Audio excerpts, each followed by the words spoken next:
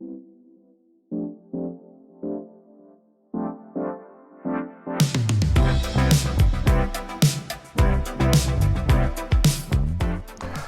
hello everyone.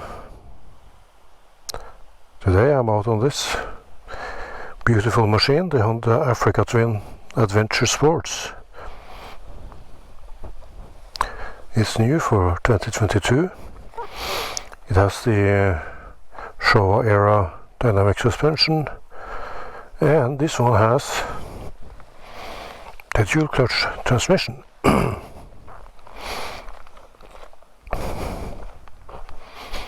Good thing about this bike, I don't have to take it back to the dealer, because this is mine.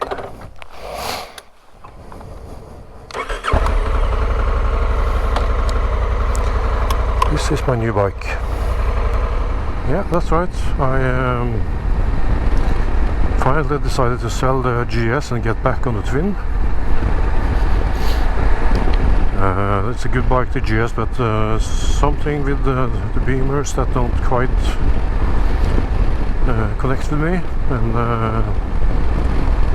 I had the Africa Twin before, so I knew what I was getting back into. And this time I chose to get it with the DCT, and been very happy with that so far. This is in the ballistic black color, which I think is the best looking Africa Twin around.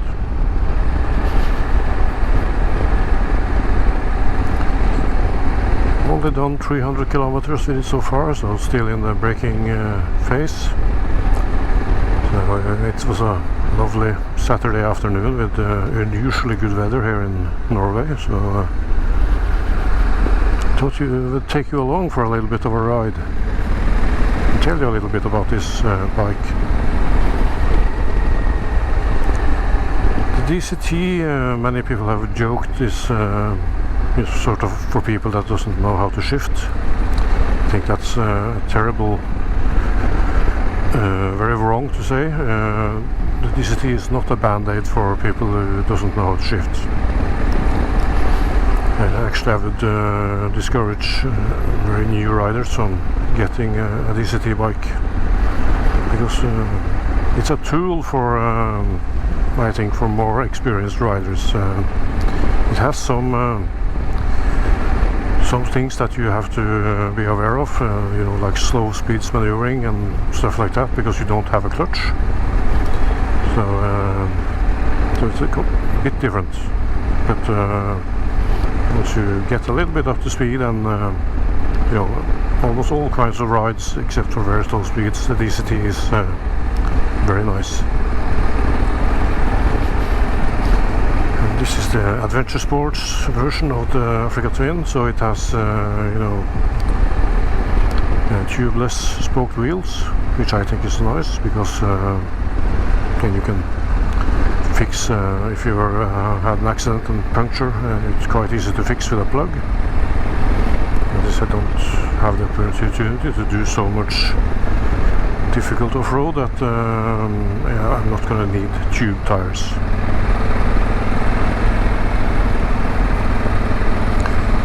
One big difference from the that immediately you will notice when you step on a 2022 compared to a 2020 or 2021 is the windshield. It's by default a lot smaller, and I think it's a good decision by Honda to do this. I have 6.1, and when I have the windshield in the upper position, it's quite okay on freeway speeds. And with the 24.8 liter tank, it's the range is well, on a full tank I'm seeing around 580 plus kilometers. So yeah, you can ride for quite a long extended periods without having to worry about fueling up.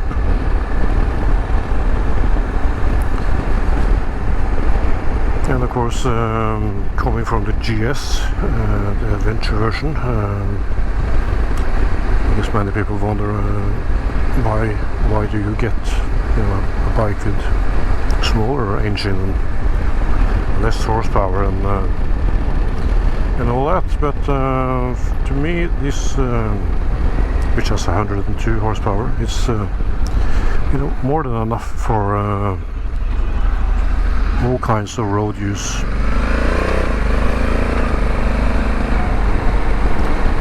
And it's quite punchy, the engine, and of course having taken out less power, it means it's a less compression in the engine, and I guess that the engine has a more longevity because of it. Also, it of course can run on less good fuel. Normally in Norway we have 95 octane. That is probably a bit low, at least when you start pushing those bigger engines with 140, 50, 60 horsepower with the higher compression rates. That's why you have knocking detectors in the engine, but still I feel that United GS also it would probably run better on a 98.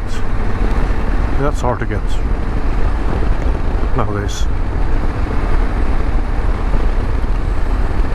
Another difference on the GS, of course, is that this has a 21-inch front wheel, and some say that it's GS is a better street bike for it. Maybe that's true, but I haven't really felt too much like a difference or a problem with this bike going on regular streets. It's more than capable of taking this, or this Africa Twin is more than capable of speeds that I won't be doing on the road.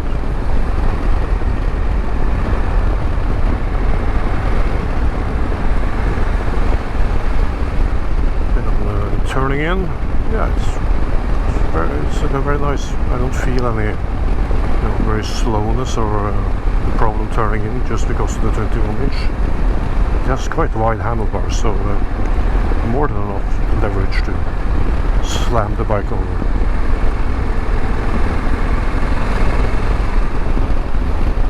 Of course, this bike does not have this tickly lever system that GSS has. In many ways I think it's better for it, because there's something with that tickly lever that disconnects me from the road. This is just a traditional fork, and you can feel the road under you in a different way. It's a bit vague on the GS, I think, both on tarmac and especially on gravel roads. I think the Africa Twin is a lot better. The seat is, I don't remember the seat height in my head at the moment, but I have no problem getting my feet down. And the seat is also a bit harder than the standard on the GSA. So riding comfort wise, I think it's almost the same, for me at least.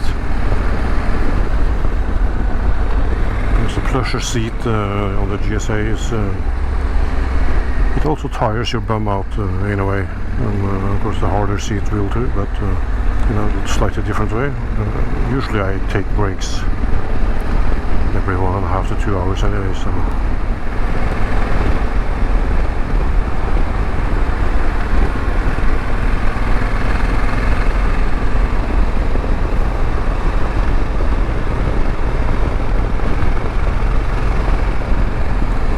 very nice through the corners.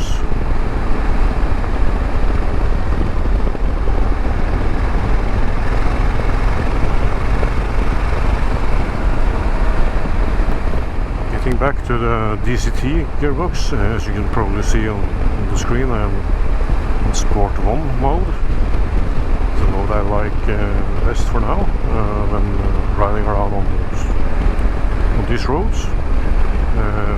In town and in slower areas, with speed bumps and I don't think you can get in a town. It's D mode is actually quite acceptable, but the D mode is just far too conservative for road use in my mind.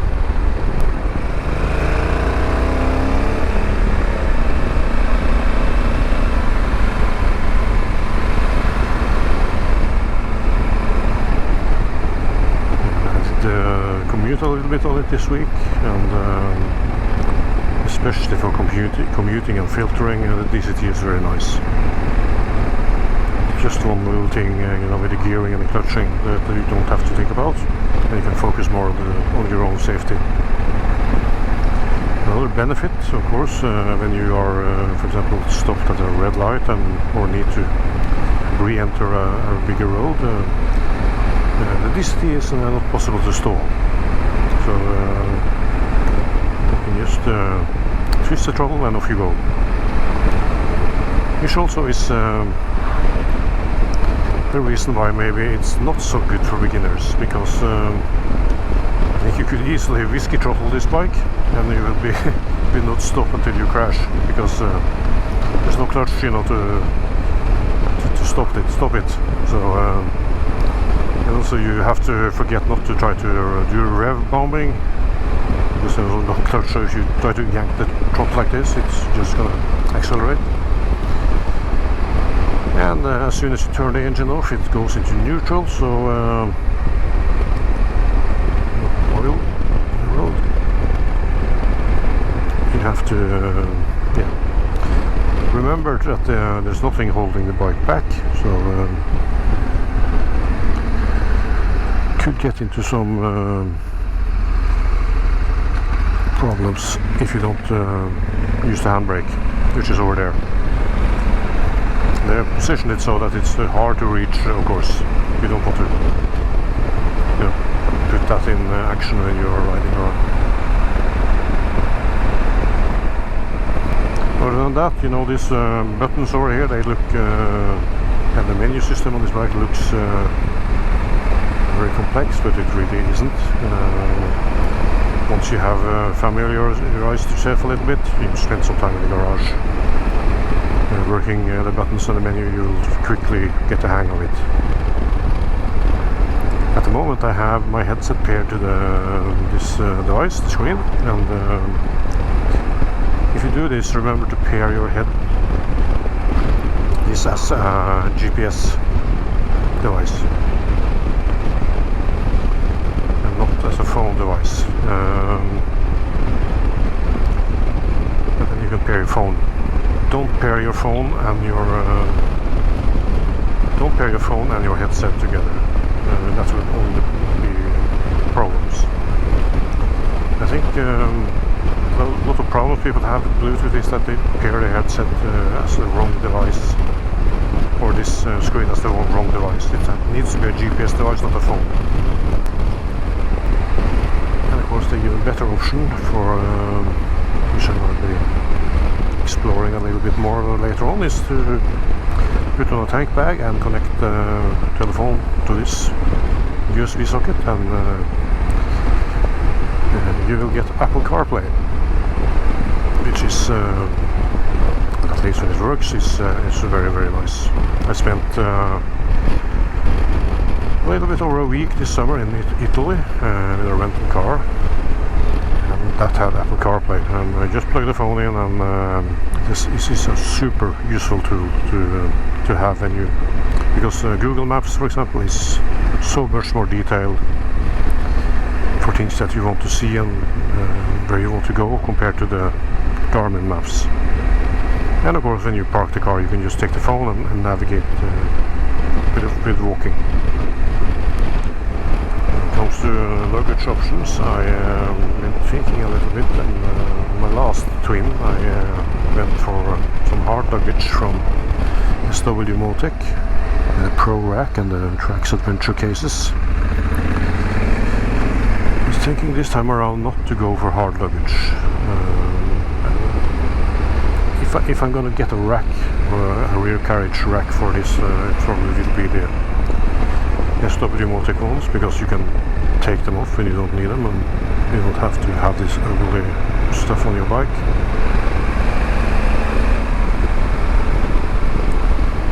But yeah, I bought a 40-liter duffel bag from Moto. So let's see how much I can fit into that. It would be nice to, you know, sort of have a one bag policy for myself and say that, okay, everything that you can take have to go into this. You cannot take anything more. So, don't have any bigger trips planned anytime soon. I was hoping to go back on a racing weekend with my friend. But that collides with something else, so probably won't be until next year. It's quite busy autumn also, so yes, it will be mostly, you know, hopefully at least longer day trips around in the area. There's a lot of places to go, so not gonna complain about that.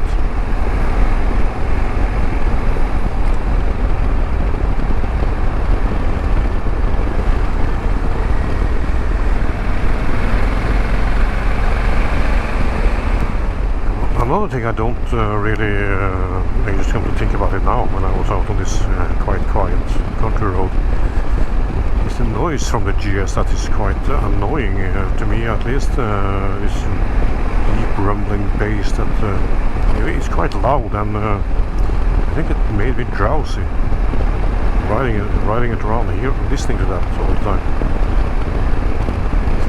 Now the Africa Twin is just hear the wind noise usually, a little bit of the engine noise, but not too much. Of course, when you throttle up, it's a little bit different, but this I find is much better. Yeah, lots of people out today, enjoying the fine summer day. Interesting vehicle. Okay, thank you.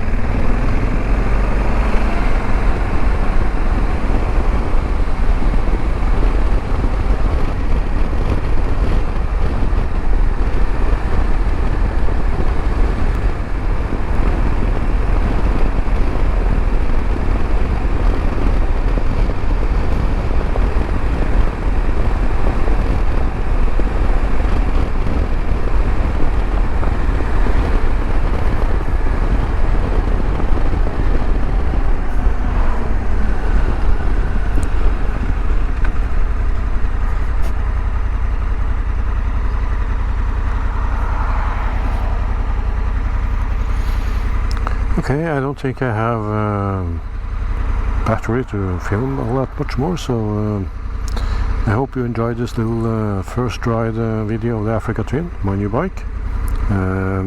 Hopefully I will be able to come up with a lot more during the autumn.